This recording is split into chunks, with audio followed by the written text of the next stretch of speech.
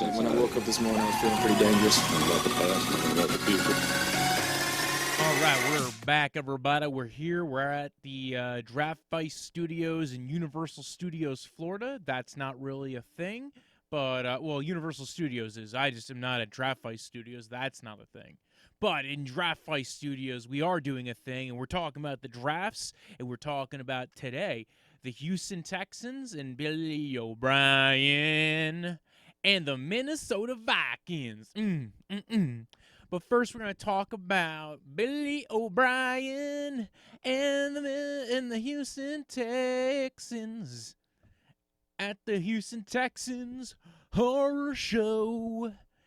Yep, that's right. Deshaun Watson's got a front row seat to this delightful amalgamation of pretty decent coaching and weird, but maybe a little bit overly blown. Let me put it this way, right?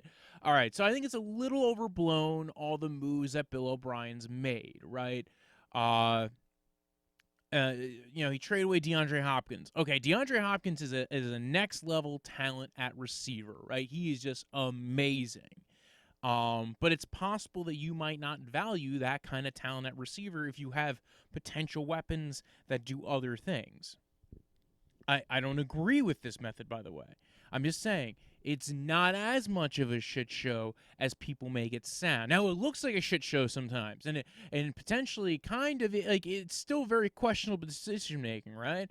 Bill O'Brien, you're probably not supposed to be the GM there. You probably should hire somebody, but nobody wants to come work with you because you don't have any first-round picks for like the next millennia, and no second-round pick next year either. So, but like, let's move past it, right? We'll go ahead and we'll focus on the individual moves and the draft, right? Because those are important, right? So they trade away DeAndre Hopkins, they get an extra second-round pick, and they get David Johnson, right? Former star running back of the Arizona Cardinals. And, all right, that's kind of interesting. Depends on what you get out of David Johnson to see how much this deal really works. Because what happens is they had that Cardinals number 40 overall pick. They also had their own second-round pick, which they traded for Brandon Cooks, right? They traded for him from Los Angeles Rams, right? He's a fast guy. He's got a whole different speed level. Now you got him. You got Will Fuller. You got Kenny Stills. You got a fast receiving core, man. That is fast. That's light speed fast. As I put it before, that is light speed rescue fast. Now Deshaun Watson's a Power Ranger. You're kicking butt. They're going to get a Megazord in there soon. They already did. They paid him. His name is Laramie Tunsil. Yeah, they got all the power in the world. So while Bill O'Brien seems like a little bit of a weirdo here. And yes, Brandon Cooks has had some concussion issues. You do worry about that. The contract is still substantially less, and it's a lot less when you consider that DeAndre Hopkins wanted an extension that would have paid him somewhere in the realm of 18 to 20 million, right? And you had him under contract, and there's some argument that, hey, you know what, you have him under contract anyway at 14 million. Even if you wanted a new contract, you have the power here, right? You have the ability to fine him or do what you want with him. He doesn't have the ability to hold out. So I get that. But if you're sitting there saying, listen, either way, we're going to probably have to, in the next year or two, sign him to an extension, and they feel like they were getting value. I don't think this is enough value. I will say this. I do think Bill O'Brien's bad at getting value out of trades. It feels like the one part of his deals that really fall through. He traded a conditional 4th to 3rd rounder last year for Duke Johnson, a guy who probably would not have gone for a 3rd rounder for anybody else last year. He traded away 2 first-round picks and a 2nd-round pick for Laramie Tunsil. I mean, I'm sure Deshaun Watson's happy about Laramie Tunsil, but that's a lot to spend on a tackle, especially when you look at this year's draft where people were drafting tackles left and right. Nonetheless, right? So let's look into their draft. I actually thought, the maneuver was good. We'll talk a little bit more about those trades and the effect on the team. No longer having Hopkins. Now you got David Johnson and Brandon Cooks. But let's talk about the draft, right? That's what we're here for. We're here for some draft talk. And they didn't have a first-round pick because, that was about, I would say, like 40% or 45% Laramie Tunsil, right? So because it was 2 first rounders and a second rounder. That's about that's a lot of draft capital for one player. So this year it was the first rounder they had to pay up on. So they had a second round pick at pick 40, the Arizona Cardinals' original pick, and they took Ross Blacklock at a TCU. They made a big deal that he came in to visit. They got him in front of the full coaching staff, that he was really impressive. I think there was something to Bill O'Brien's mindset. I heard this before when he drafted Deshaun Watson, where he got to be in a room with Deshaun Watson. He really got to know the guy, and there was a different. I think the Brock Osweiler thing, where he only spent 5 minutes on the phone with him or in a room with him, kind of left him scarred. So he went from Brock Osweiler, which kind of screwed him over. It was maybe one of the worst years of his career, to Deshaun Watson, who, if you look at that whole draft process and how it turned out for them, became a real star for them. So I think Bill O'Brien really does prefer getting to know these guys before they are on his team. It makes sense. It's a very appreciative idea. And he probably would make a big deal of not getting to know somebody only through Zoom and phone calls. Ross Blacklock's a good player, decent defensive lineman. Not the biggest D lineman, but he's going to get a little bit of push up the middle. Probably not going to be replacing the nose tackle that they lost in DJ Reader, who left in free agency. Probably going to be on the other side by not next to J.J. Watt, but kind of the 3-tech role. But it's not really the 3-tech role. Sometimes those guys line up in different spots. Again, they needed to add pieces of that D line. They needed somebody opposite of J.J. Watt. And they lost pieces. They need to kind of keep on, filling out that roster. And I honestly think that Blackhawk was a decent pick. Very athletic guy. Kind of a little bit lighter, though, like only about 289. So he's not, you're not expecting him to play nose or anything like that. They also took Jonathan Grenard from Florida, studied him a lot. They said he brings toughness and football intelligence. He's going to get to work. This is another guy they spent time with. They made a big deal about him spending time with them. He 1 year at Florida in that program. He was able to get a big part of that experience was his journey as well. They see him. Bill O'Brien said he saw him playing more as an outside linebacker, but could also play 5 technique, which is like right over the tackle shoulder. So a defense, like basically J.J. Watt's role, D-end kind of deal. And in sub packages, you can kind of move them all over the front, depending on if you're playing an odd or an even. So their day 2 picks were okay. There was a little bit of rumors that there was some frustration with the Grenard pick because they were supposedly trying to trade with the Lions and just didn't go through. Either way, those 2 guys, you could see what they're working on. They're working on building up the defense. I feel like Blacklock's a little bit of a needle mover. I don't feel like Grenard is a big needle mover. I think there were other guys there I would have had, but decent enough. You take your shots in the draft. You're now, in the 3rd round because you don't have a 1st round pick, and it felt like it was a little bit of a reach, if you will. 4th round, they took Charlie Heck out of UNC. His dad's a coach. They mentioned that. They liked him. They targeted him for that spot. They're attacking the offensive line. They think he'll play tackle for them, actually, which I was a little bit shocked by because, again, like certain people have guys at different spots. Even if they played tackle in college, they aren't always playing tackle in the NFL. But he's going to probably play a swing tackle role for them initially. Then the 4th round, they had 2 4th-round picks. They went ahead and drafted John Reed out of Penn State, right?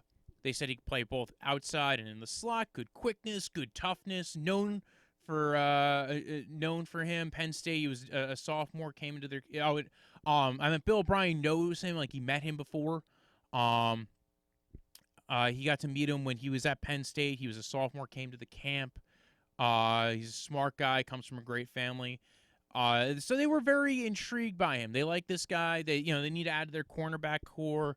We're going to talk about it later. They got Gary and Conley there, who they did not pick up his 5th-year option.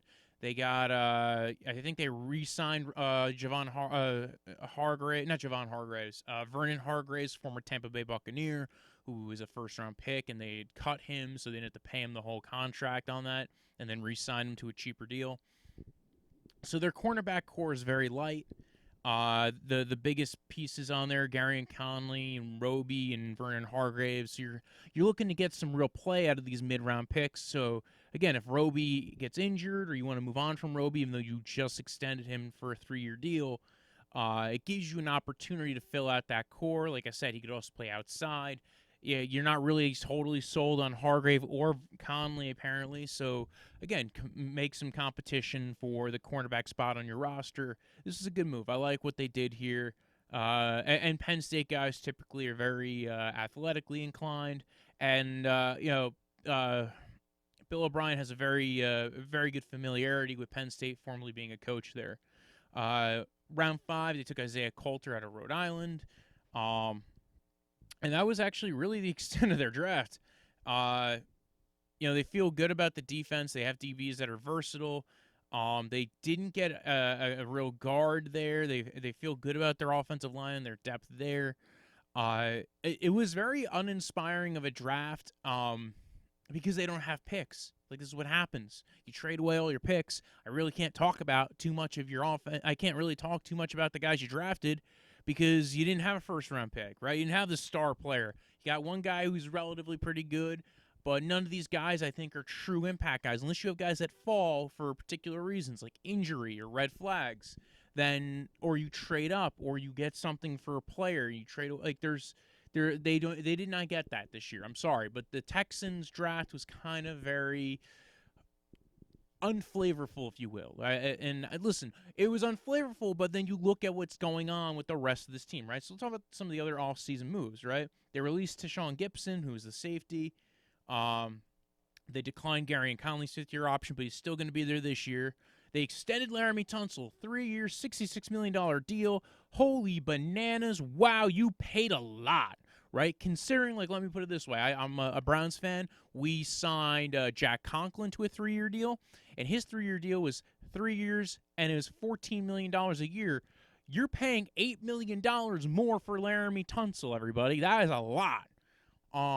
I'm not quite sure it's that much of a differential between those two. There's a differential, don't get me wrong, plus the sides that they play, but still, that's a really big amount. They traded away DeAndre Hopkins, like I said before. They traded for Brandon Cooks and David Johnson. They signed the one big signing, or the two big signings they had. They signed Timmy Jernigan, formerly of the Eagles. They didn't really have any real big signings. They lost DJ Reader. Now they get Timmy Jernigan in. He's going to play somewhere on that defensive line, maybe play nose. Bigger dude. He's used to being. I know when he was playing for the Eagles, he was playing in a 4-3. This is a little bit different of a situation, but they play multiple fronts down in for the Texans. They also signed safety Eric Murray, formerly of the Browns, and I believe also the Chiefs.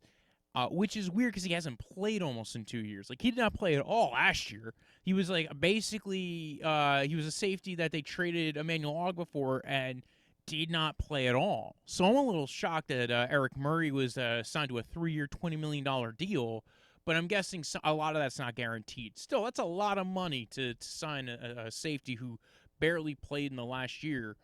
But, hey, you know what? You lose some, you live some. Like I said before, they extended Bradley Roby.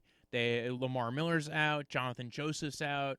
Carlos Hyde is out. They did re-sign Darren Fells, the tight end, who Deshaun Watson showed very good rapport with. And like I said before, if you're giving Deshaun Watson all the weapons in the world, this is one of those things you build on your strength. Your strength here is offense. Okay, we're going to throw pieces around at corner. We're going to throw pieces around at pass rush, and we're going to try and just build around a couple of core guys on defense: Whitney Merciless, J.J. Watt, and guys who we've drafted and hopefully will develop. And then on offense, you look at what they got on offense. It's quite an impressive offense, right? You got Deshaun Watson, right? You have Brandon Cooks. You got Will Fuller. You got what's his name? Kenny Stills, Kiki QT. He was coming on last year. They signed Randall Cobb in free agency.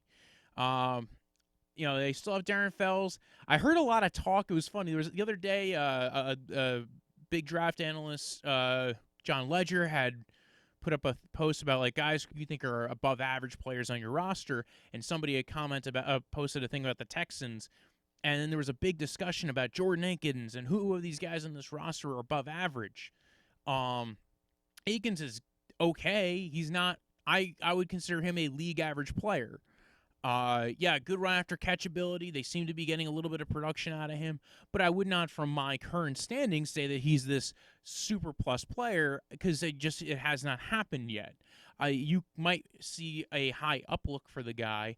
I think Darren Fells is literally the league definition of average tight end, which is good because you can get usage out of a league average tight end. There's not a lot of those out there, believe it or not. They're kind of It's a strange thing to say he's the average of a tight end. But their offensive line is strange, right? They feel pretty good about Zach Fulton, their right guard, which I thought was a little shocking because I like Laramie Tunsil, but the rest of this offensive line's a little questionable.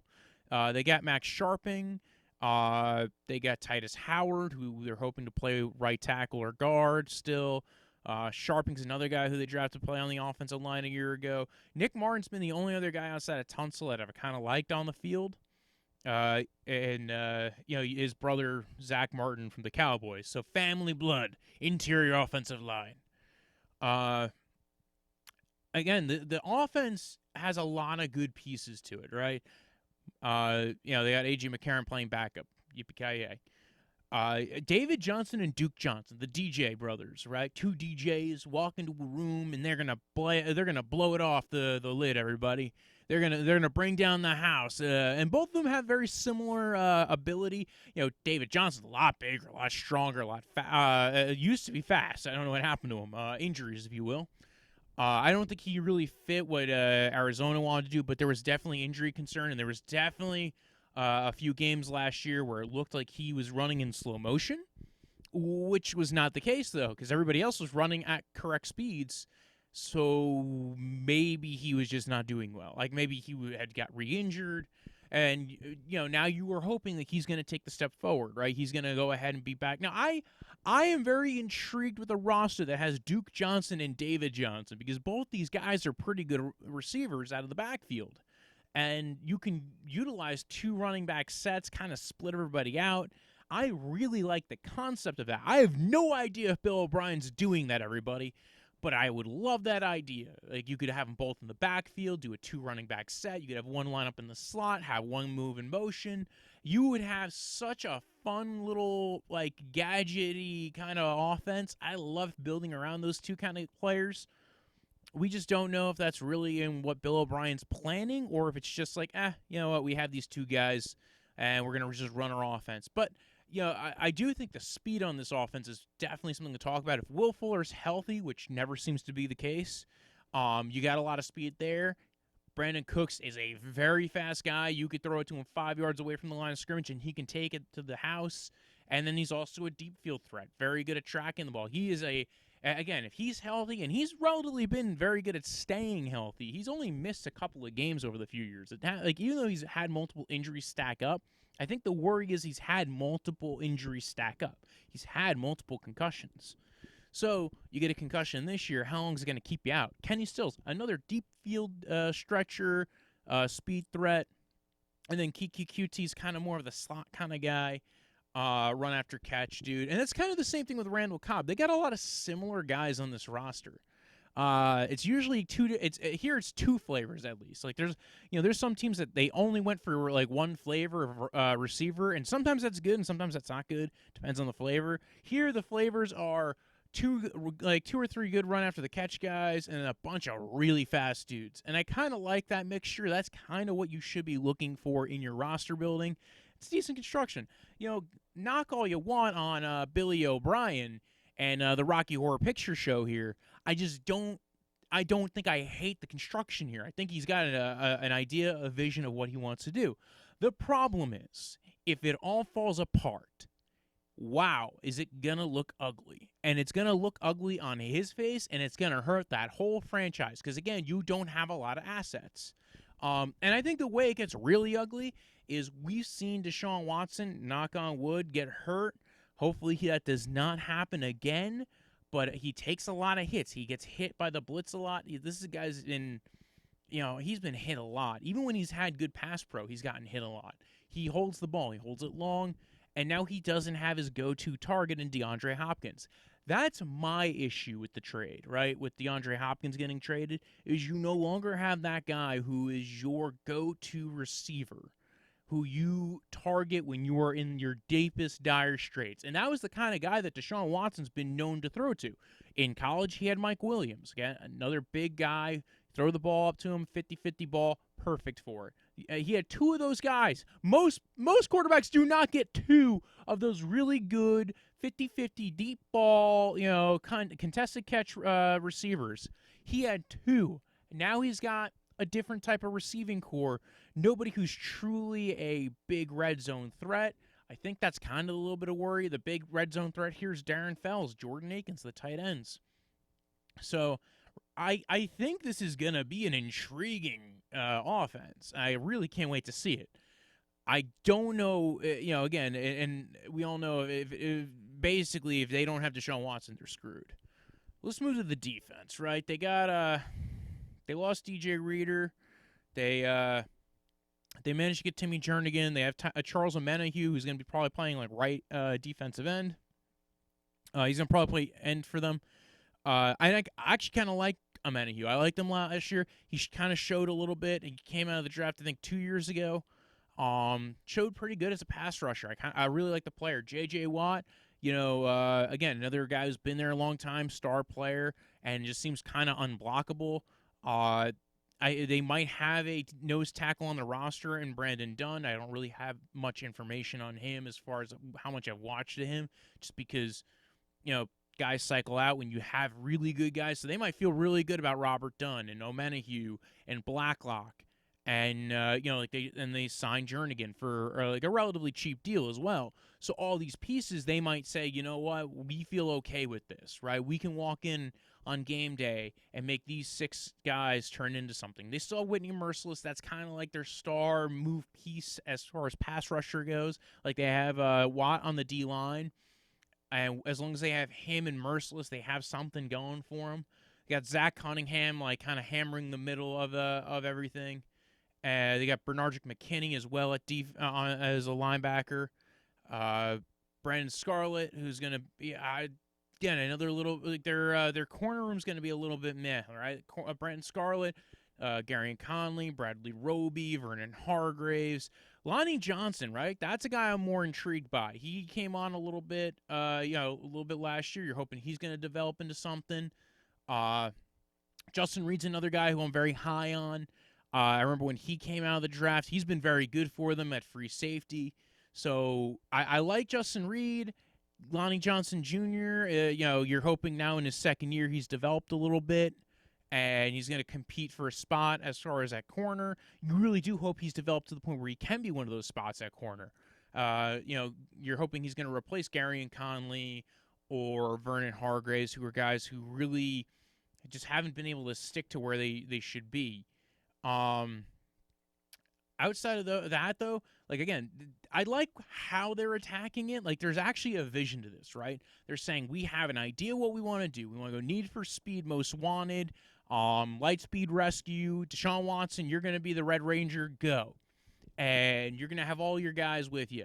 And on defense, we are going to try to make basically a big house of scary of what we have, and throw, the mummies out of the closet and Meatloaf and whoever we can up the middle. So that's a lot of word salad and mixed jargon there. Basically what I'm saying is, offense, we feel like we are okay with. I feel like if I had to walk in, I think a lot of good OCs could probably design a good offense with this offense, with this offensive roster. Defensively, I'm a little bit more worried, but there's a lot of cool, interesting pieces there. So let's move on, right? Because last little thought on their team. They're going into 2020. They're playing in the AFC South. They got the Titans and the Colts to compete with, but it's still a very weird, wishy-washy division. You don't really feel like there's any particular dominant team because everybody's kind of got their warts. And then again, the Jaguars are basically out to lunch trying to tank for Trevor Lawrence. So I feel like, again, they got a shot to make it to the playoffs this year. They have a shot to win against anybody because they find ways of, again, Billy O'Brien's made it to the playoffs multiple years before he even had Deshaun Watson. He's constantly had a winning record. So, listen, I think this is a good I think it's actually a relatively good team.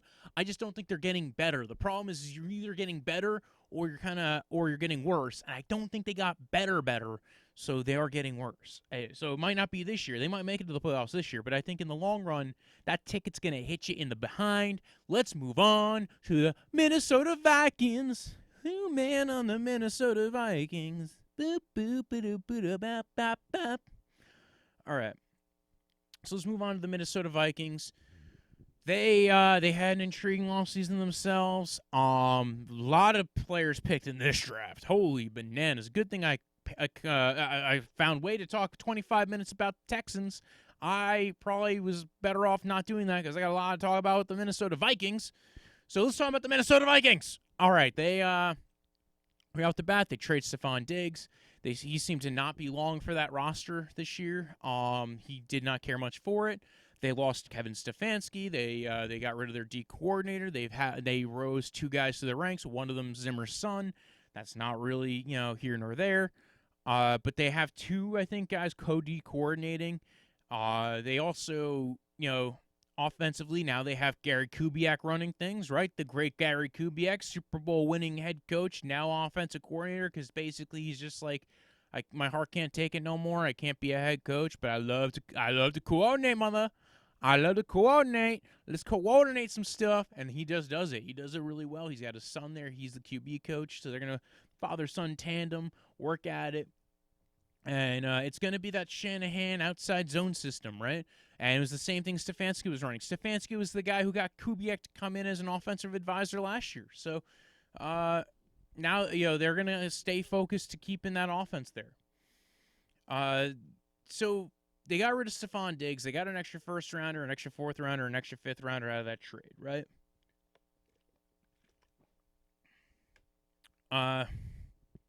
They had 2 first-round picks, that means. First-round pick, they take Justin Jefferson at LSU, right? This is a guy who a lot of people were talking very high on going into the draft. Some people thought he would go much higher. I thought he kind of went appropriately where he should. I actually might have taken a totally different receiver at that spot, but it depends on what fits your scheme. My problem is when I watched his tape, he pretty much is the exact same as a receiver also on their roster named Adam Thielen. That's not bad, right? That's a kind of a good comp to have. Adam Thielen's a good comp. The problem is when you have 2 Adam Thielens and no different flavor there, teams can figure out how to kind of stop you, right? When you have 2 guys who have very similar style. Now, maybe you might say, well, I don't know. Those 2 style, and maybe it's a style that works very well. Like, for instance, you have 5 guys who run really fast downfield. That's a style you kind of like. Thielen and Jefferson are both very good route runners, very quick, sharp route runners, right? There's even flavor. There's different styles to even route running that people have to kind of adjust to. And Thielen and Justin Jefferson are the quick, jukey kind of Edelman-y, kind of almost kind of look like they're just making a 90-degree cut every time they do it. Very good lateral movement and very good change of direction. And they sell their routes really well, and they just it looks beautiful. Like you even see it, and it looks wow. He just went 80. He just went on a 90-degree angle that way. What the hell happened? And there's some guys who route run like that. That's great. It's not how Diggs route runs. Diggs is a little bit more of a subtle route runner. Very smooth kind of gliding route running. Is kind of how I would call it. It's the only way I could really describe the way Diggs route runs. Because and this is why, again, you have to kind of get used to the flavors of receiver, especially as you talk about things like route running and the ability, and their catch. There's just different ways that guys win. Both these guys win very much the same. Also, Thielen generally has been the inside receiver there, the slot receiver, although he kind of got a start there on the outside. And then he got kicked in, and Diggs got pushed to the outside. So I think Thielen will be back on the outside. Both guys can play. Again, you can move guys around anyway, right? As long as you're, but typically both these guys are either slot or flanker kind of receivers. They're not usually a split end. You usually want the one guy who can beat guys off the line of scrimmage especially having more ways to go. And you could still get pressed at the line of scrimmage if you're at a flanker, or even if you're in the slot, you can technically get pressed. You just have more ability to get off. You have a little bit more space to work. Both these guys, like I said before, very similar. Justin Jefferson's kind of a go up and get it kind of guy. Like I said, very good route running, but he was not good on the outside in college, right? That's why they stuck him in the slot all the time. It wasn't just because Jamar Chase was the most amazing guy ever. They've played him at outside receiver before in college at LSU, and he did not have a lot of success doing that. Now, it doesn't mean he can't get better at it, but it is one of the big question marks with him. I think he's still a good receiver. One of the things I did like about him, he has great hands. Again, a lot like Adam Thielen, great hands, and actually a little bit more vertical ability than Adam Thielen, right? So he might be a little bit better at the going up and get it, going above a defensive back, the contested catch portion of the cinematic experience of being a football player, of being a receiver. So I like Justin Jefferson. I think this was right. I spent a lot of time talking about Justin Jefferson and I didn't even talk about what they think about him. They liked him because he played an NFL style of offense coming out of LSU. That's like a high caliber winning team. Now, to me, I always kind of put this in: was he the driver of the team or was he the passenger? And I felt like he was more of a passenger on that team. Like, he was a part of it, but he was definitely not he was not the truck. He was not driving it forward. He was a part of it. He was a piece. Not necessarily the reason, but part of it. Kind of a weird thing to say, right? Rick Spielman mentioned how quick he was, precise route runner, fits the scheme. Kubiak really liked him, and he could play deep out of the slot, which is kind of an intriguing thing. Like, there's usually a couple of different ways that you have utilization of your slot receivers. You can have them run a crossing route. You can have them run a deep post. Like, you can have them run different. And they said, listen, this guy can run the whole route tree out of the slot, which is fine. Like, that does happen. I think there's where you line a guy up, though, you kind of want. I think this is what they were looking for. He was good. They had him pretty high on their board. They feel like he's very versatile. He could play all the positions. I'm not entirely sure I agree with that, but again, I think he's a good player. I think he is good. I think you can do a lot with him. I'm just a little bit more skeptical about his full ability in the NFL, and I will be proven wrong next year, I bet.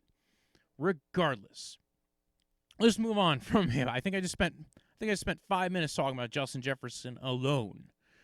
Let's move on to Jeff Gladney, right? They're both very happy they got Jeff Gladney. Both Zimmer and Rick Spielman. They needed a corner. They lost a bunch of guys in free agency. Mackenzie Alexander left. Trey Waynes left. They cut Xavier Rhodes. And if you're wondering why they cut Xavier Rhodes, well, you must have not watched how Xavier Rhodes played last year. So they actually had a lot of holes on their roster. They got rid of a lot of guys. I didn't even talk about this as we came into this. I was going to wait till later. But they got rid of Xavier Rhodes. They cut Linval Joseph. They lost Mackenzie Alexander. They lost Trey Waynes. They also lost Everson Griffin. He opted out of his contract because he had a special clause in there.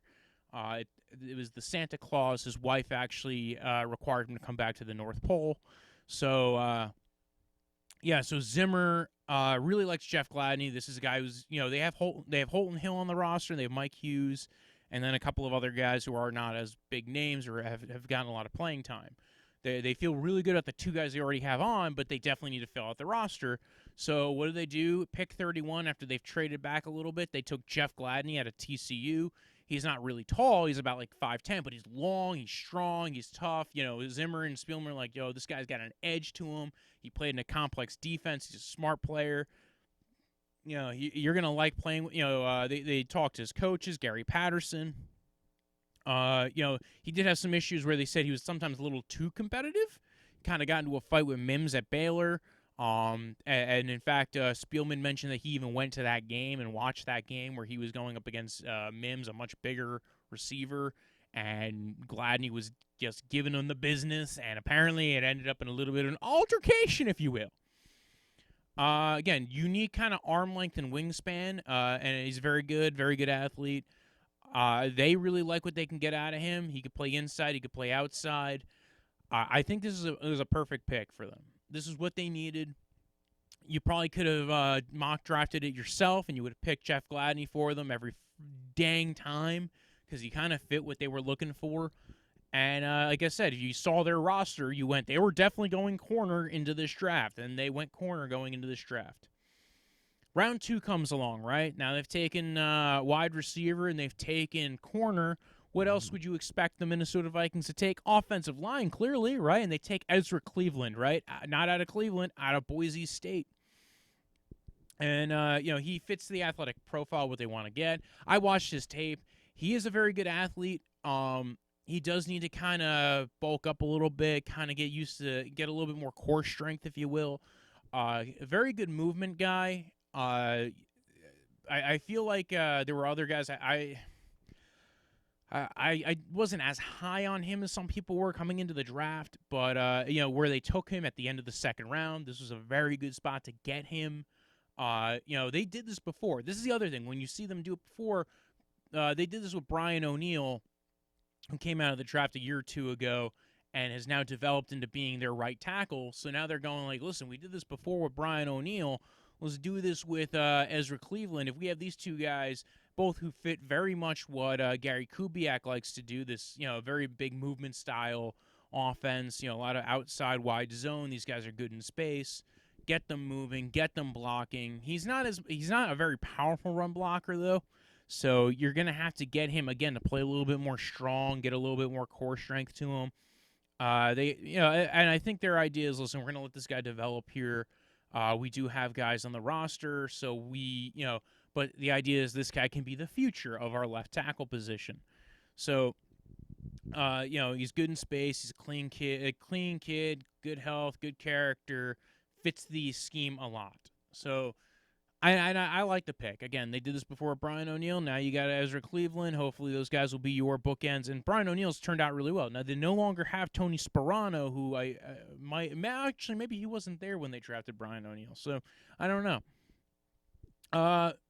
Round 3, right? Cam Dantzler, Mississippi State. 6'2", 190, big dude. Big frame. The whole reason why he fell this far was because his combine was not very pretty. It was not a very good combine, but he's, for a really tall guy, they said he can transition well, can drop his weight really well, and he's really good in the run game. You saw him play LSU, Alabama games. He rose to the occasion against NFL level caliber receivers. And, Zimmerman was just like, dude, he's a long, tall guy with a unique skill set. We like this kind of player. We needed some depth at our corner position as far as this roster goes. And, again, they get another guy to fill out that roster. Now you get 2 corners, right? Gladney and Dantzler. And Dantzler was a guy who a lot of people were talking really highly of before his combine profile kind of started looking a little not so great.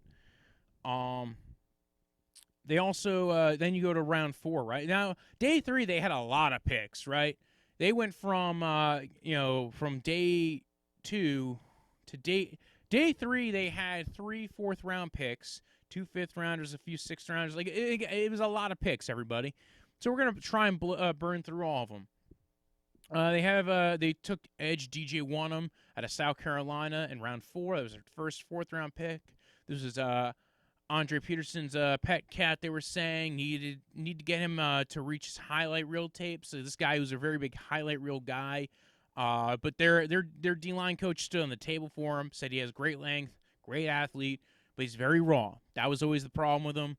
So they like him. Then they took another edge guy, James Lynch out of Baylor, right? Matt Rule's buddy. Everybody thought Matt Rule was going to take this guy like 2nd, 3rd round. Lynch was, they really liked Lynch after his meetings and the combine, and he's a good attitude. He had 13.5 sacks last year at Baylor, and it wasn't in an advantageous spot for sacks. Like he was playing in a kind of a rough position, kind of got washed out, kind of playing more of a 3-4 end, so he wasn't in the best position to get sacks. But they love him, man. Rick Spielman was like, this guy is a bowling ball of butcher knives, man. He's going to be a headache for other offensive lines. Hopefully not our offensive line, just in practice. Then their last 4th-round pick, they took Troy Dye out of Oregon, right? They liked his size, linebacker. This was Adam Zimmer's pet cat. This is the guy who he kind of dug, right? He's a good special teams player. He's going to move into some roles. Adam Zimmer really liked him, so they were going to take him. His brother, Tony Dye, played in Cincinnati with Zimmer. Rick Spielman said this guy's like a tall, linear athlete. So Dye is going to be, maybe, you got to realize they have Kendricks. They have, we'll talk about their linebacking core, but they have, Kendricks came on and played really well last year. They also have Barr, who, again, almost left them last year and then came back, said bye-bye to the Jets and said, I'm not doing that deal. I'm going back to the Vikings. So they're not really pushed for linebacker, but it's good to get depth in there. So you look at some of these guys, you go, okay, like, can I get this guy? He can play special teams. That's kind of what they're looking for. Get a little bit better on special teams as well. Round 5, they took Harrison Hand out of Temple. This guy has the ability to play outside and in nickel. Again, now you're just kind of building up more depth and some competition for that roster spot. So they could fill out their corner room. They came into this draft, by the way, I think they came into day 3 with, 60 guys on the roster. That was just after day 2, they only had 60 guys on the roster. So they went into day 3 going, like, we need to get a lot of guys. And, just the UDFA market might not be the only way we're going to go ahead and do it. So they took KJ Osborne out of Miami, Florida. They said he's very mature, very smart. He's going to compete for a punt return job. They took tackle Blake Brandel, Oregon State. He's tough, smart, physical, can play tackle or guard. They took safety Josh Mellis out of Michigan. Started out on special teams right away. Could play both safety spots, but he's more of a box guy. Strong, physical. Rick Spielman said he could maybe be a little bit more interchangeable. Free safety, strong safety. 7th round, they took edge Kenny Willekes. This is if you were listening to the draft night, my buddy Kev was raving about this guy, and he was a big fan of this pick, Kenny Willekes. So excellent football player, plays at 1,000 miles an hour, similar to Lynch, just rush and get after the passer. So again, they have to replace a lot of guys who left in free agency. They were in a weird cap situation, by the way. I'm going to explain that a little bit. Is that they went into free agency this year like a negative. It was a high negative too. It was like somewhere where they were over the cap by like $9 million before the start of the league year. So they needed to go ahead and clear out some cap space. They took Nate Stanley out of Iowa. He won a lot of games in the Big Ten. Underestimated athlete, good fit in the Kubiak system. They also took Brian Cole, Mississippi State, another safety. He started out at wide receiver, has great measurables, height, weight, speed guy. Another interchangeable guy, can play free safety, can play strong safety, has length and good athleticism. And then they took Kyle Hinton out of Washburn, can play tackle, small school guy. 6'2", 300 pounds, guard center, developmental guy. Ran a 4.85 at his pro day, one of the few pro days that was still allowed or around. So it sounds like they had a lot of opportunity here to add players. They made 15 picks, the most that they ever done. I think it was most by any team in a draft. So 15 picks on players, everybody. That is astounding. Just a good note, I don't know if you noticed this, but if you were watching the draft broadcast with Mike Zimmer, they had a lot of dead animals there. Apparently there's like 3 dead animals on his wall. They talked a little bit about trades up. Rick Spielman was very eager to trade up in some of these scenarios, maybe trade up to go ahead and get Jefferson. In fact, there was a rumor that they were trying to trade up to like 15 or 16 to get Jefferson, so he fell right to them. The day 2 presser, they mentioned they were filling needs, right? Day 1 and day 2, they took corner and wide receiver and offensive line, and they were going into day 3. They needed to fill out the rest of the roster. By the way, everybody, Mike Zimmer is from Kentucky. Yeah, I don't know. By the way, Mike Zimmer looks like a guy who plays like the angry dad on That 70s Show. Like, he just looks like he plays the angry dad on any show that was like a sitcom, that he's just like so disappointed in the main character, and he goes hunting all the time, or like the guy from Parks and Rec. Like, he seems like that kind of character. Like, you don't want to like go home and find out you're dating his daughter because he's got like 16 guns and like all the dead animals on the wall. But regardless, right? So I mentioned before, they traded Stephon Diggs, they tagged Anthony Harris, they cut Xavier Rhodes, Linval Joseph, Josh Klein, Everson Griffin's out. He opted out. Couple of like smaller deals. They signed Michael Pierce, formerly of the Ravens, to a 3-year, $27 million deal. That was like their biggest deal in free agency, was the Michael Pierce deal. I like that deal. That's kind of the thing that's like, hey, we missed out. We don't have a lot of pieces left. We need to get somebody next to Danielle Hunter because it's just Danielle Hunter now. So let's get Pierce in there. Griffin's not in here anymore. Maybe they can reunite with him down the line. They extended Kirk Cousins and Dan Bailey, so your kicker and your quarterback, and that's who you extended. And then they signed a couple of cheaper guys like Anthony Zettel, Tajay Sharp, guys who've traveled around the league, have had time on different rosters.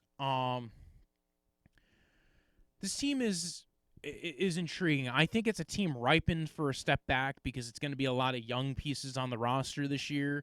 A lot of guys trying to get up to speed. Plus, you have virtual OTAs at this point. Nothing on the field. So they're not really getting a chance to really get a lot of on the job coaching.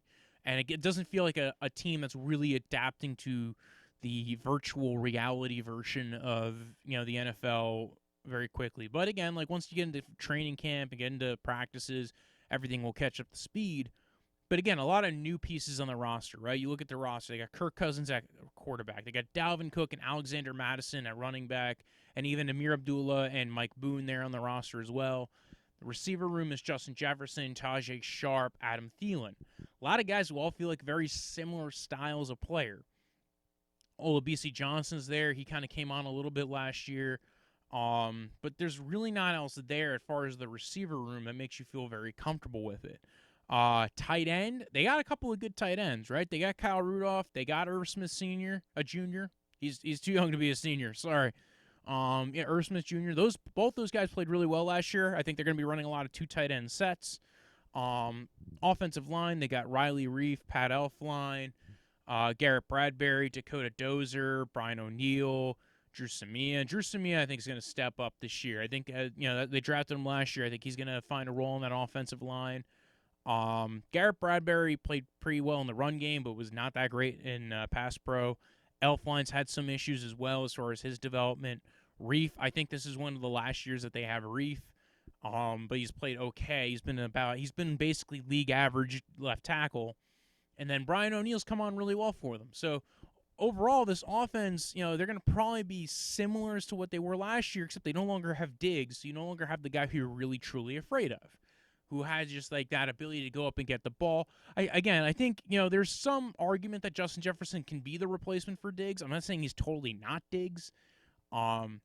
He has to develop a little bit certain skills that would make him viable in that department. Because again, he has some of the vertical ability of Diggs. So I wouldn't say he has the ability to go up and get the ball. He can run a variety of routes.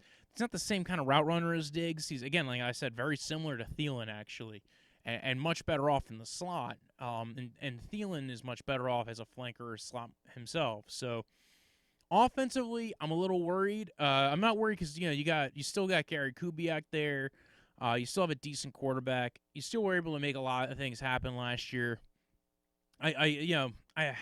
Whereas last year I feel like they were doing really well, though.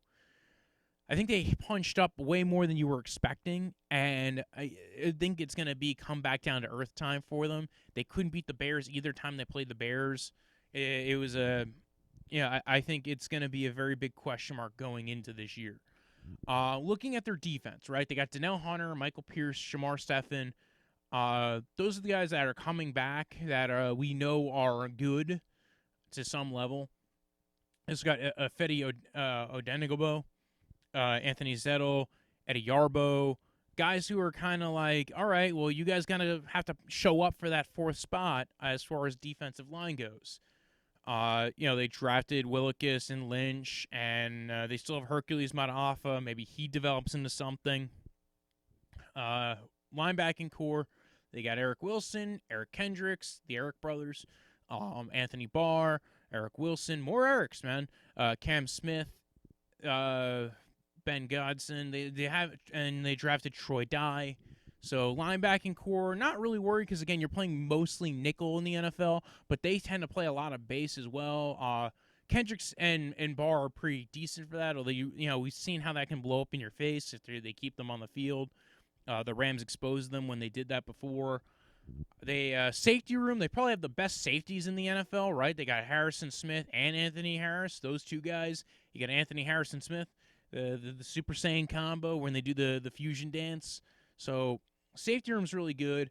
They got an intriguing, hopefully going to take a step forward cornerback room with Holton Hill, Mike Hughes, Jeff Gladney, Chris Boyd, but especially with Dantzler and Gladney, they're coming to the NFL. They're rookies. Like, you can't expect them to be really good right away, especially with this truncated offseason.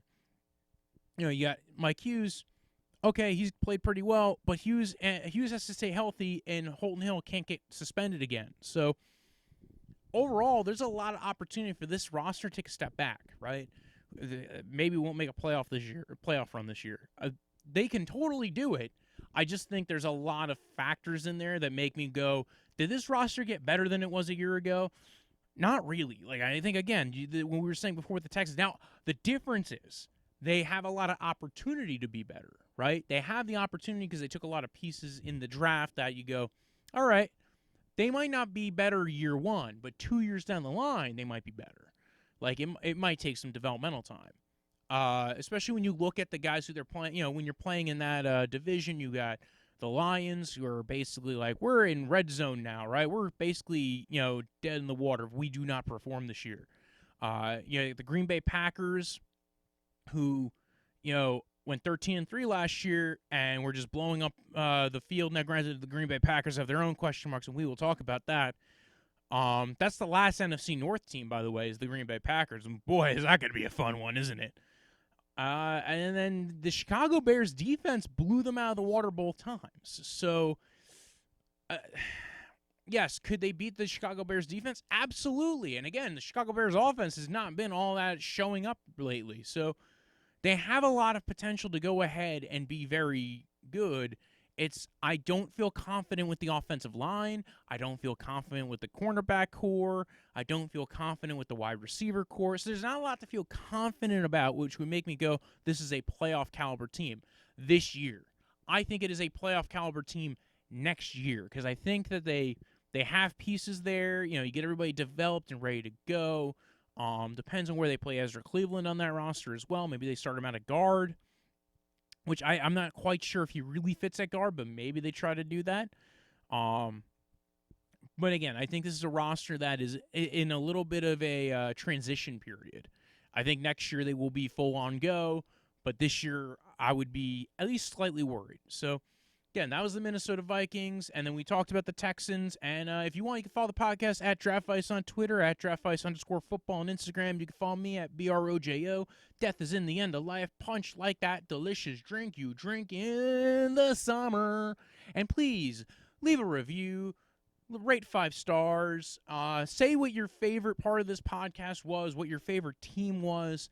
And, again, like, follow, subscribe, leave a comment in the comment section if you're watching this on the YouTube. If you're watching it on the YouTube, go to the iTunes and subscribe. If you're listening to this on the iTunes, go to the YouTube and subscribe, right? Y'all can, cross-pollinate everything.